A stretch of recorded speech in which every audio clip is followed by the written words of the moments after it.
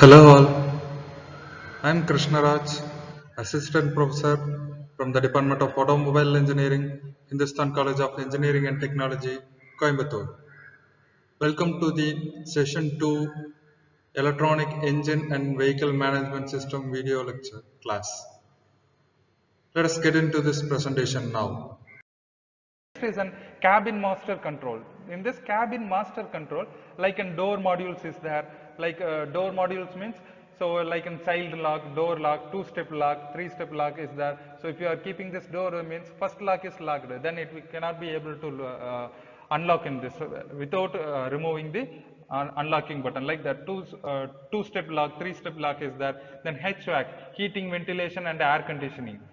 Heating, ventilation and air conditioning for drivers and passengers comfort, then cabin IOS, then sleeper IOS, then access control.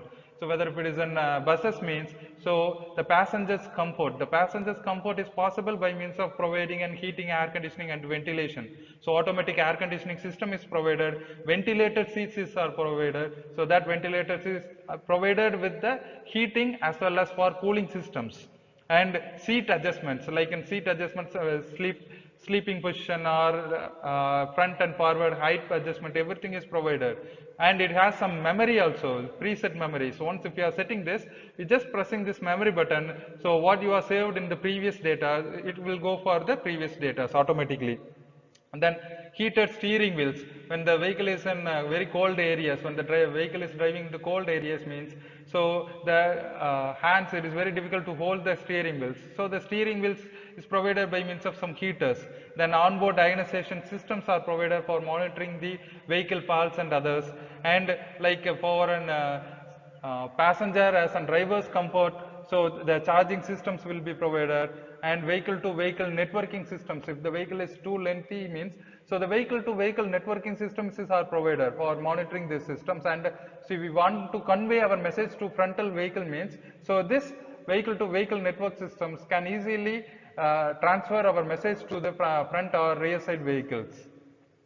So these are all the cabin master control system. The next is an infotainment and master control unit. On this infotainment and master control unit means, so it is a master control unit. So that includes an instrument cluster, secondary displays, general purpose IOS, radio navigations.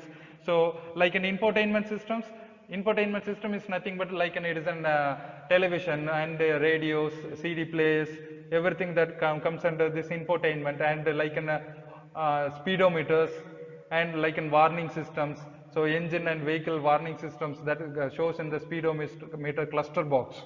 So everything that comes under the infotainment system, anything the machine which wants to convey the message to the human as a driver, so that shows through this infotainment system as a warning symbols, as a warning indications.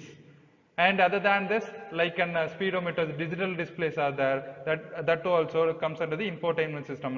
Then next, future advancements like an head-up display showing this, and navigation systems for GPS systems, and like in 360-degree parking camera is also provided. 360-degree parking bird view camera, eagle bird view camera is provided. For better parking assistance, 360-degree entire view is provided. So, and other than this, like in telematics, as in telematics part, so we can able to track our vehicle. As a driver drive the vehicle in outside, as an owner can able to track the vehicle where it is going. And everything it is monitored by means of this telematic system. And the vehicle is getting breakdown means, if you wanted to convey the vehicle message, that is in vehicle position and everything, to the nearby service station, this telematics will help you. We just pressing a button like, so the vehicle is in fault, so it will send the signal to the nearby service station, and they will soon they will come to the nearest to the vehicle, and they will took up this vehicle for the service area. So this too also come included part of this telematic systems. So all these four trust areas which are connected by means of like an CAN networking systems.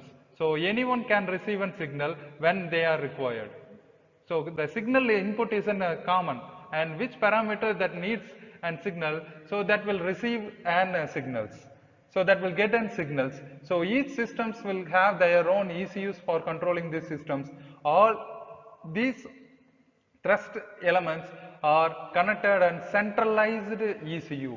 That centralized ECU will control all these systems, because sometimes it will get an collapsing of system, entire systems. For controlling all the microprocessors, microcontrollers, ECUs, VCUs, vehicle control unit, everything is controlled by a centralized unit. So that is an inter-domain backbone. That is an inter-domain backbone that controls the entire area, that controls the controlled area, that controls the networking path.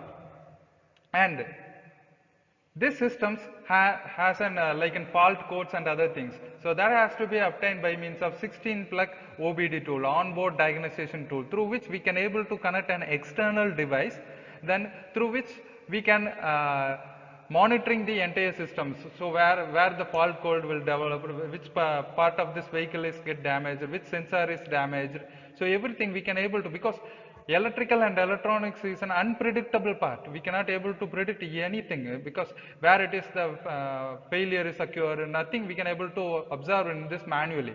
So that only that has to be also done by means of and automated by means of this OBD, onboard diagnostic. If you are connecting this OBD tool, then it shows the entire history of this vehicle. So the functional history as well as the failure history. So and it shows the which particular part has getting a damage, everything it shows, and we can get an output through USB data also, right? The next, optimal usage of domain controllers. So this optimal usage of domain controllers includes an functional management for powertrain aggregates. That means it has a functional usage of optimal functionals. So that includes an open and closed loop control systems, like an open and closed loop control systems. So few cases they are used in open loop control systems. So they never depend upon that feedback. So they never depend upon that output. And few cases they are most cases they are used in closed loop control systems. So they get in some feedback from the output. Based on the output, so the system itself can alter the functions. So that is in closed control systems. So everything that includes an PID controllers, that has to be controlled by means of PID controllers, and all the data that are stored in the lookup tables.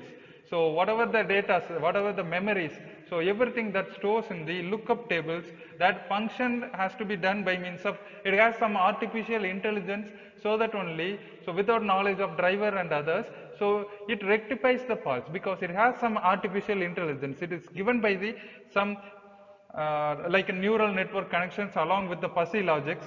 So based on that, it artificial intelligence can perform in this function.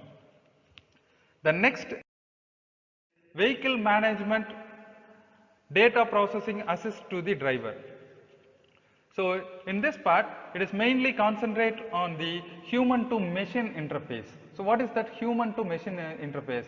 So like as a human, so as a driver, as a human, I am giving an information to that vehicle. So how the machine can able to understand the function of the human requirements.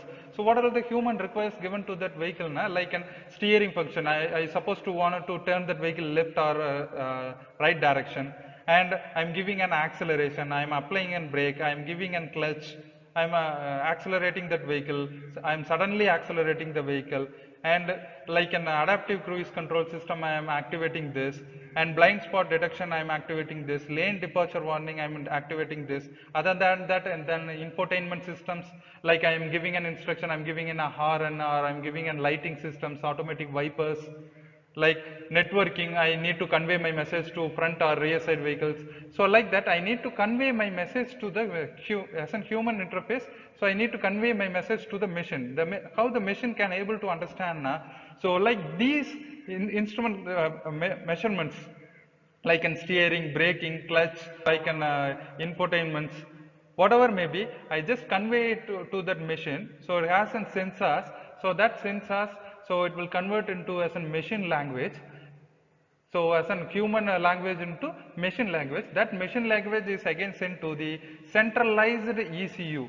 Okay, on this centralized ECU, so it will receive the signal based on the machine language, based on the input. So it will gives a signal to the actuators. So like an actuators, like in powertrain, on this powertrain, engine, clutch, transmission or braking systems, or retarders or steering systems, whatever may be, even though if it is an automatic climate control, automatic wipers, all those things which is called to be as an actuators. So what the signal is getting from the ECU, based on this it will actuate. So based on our driver's requirement it will actuate. In between that it has a machine language, it is assisted to unit, right? Then so architecture optimization. So on this architecture optimization, so ECU integration is an simplification of strategy.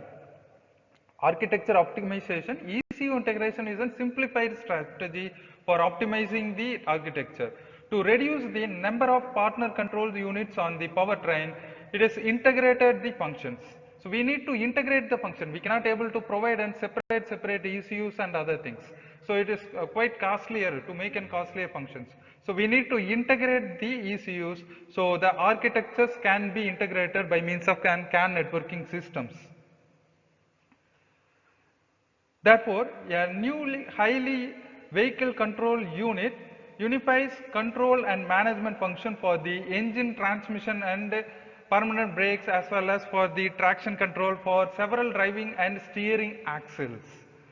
The engine thermal management and control additional aggregates and power takeoffs are just as much included as a task of this vehicle controlling unit, as an recording of the diagnostic as well as the service data. So everything that are recorded in the ECUs, so we can able to diagnose the systems, we can able to retrieve the systems whenever it requires. The performance requirements for this vehicle control unit can be derived from the technical characteristics for this solution. This only the solution for derive the performance. Even though we can able to increase the performance of the vehicle, we can able to increase the performance by making an ECU reprogramming like that.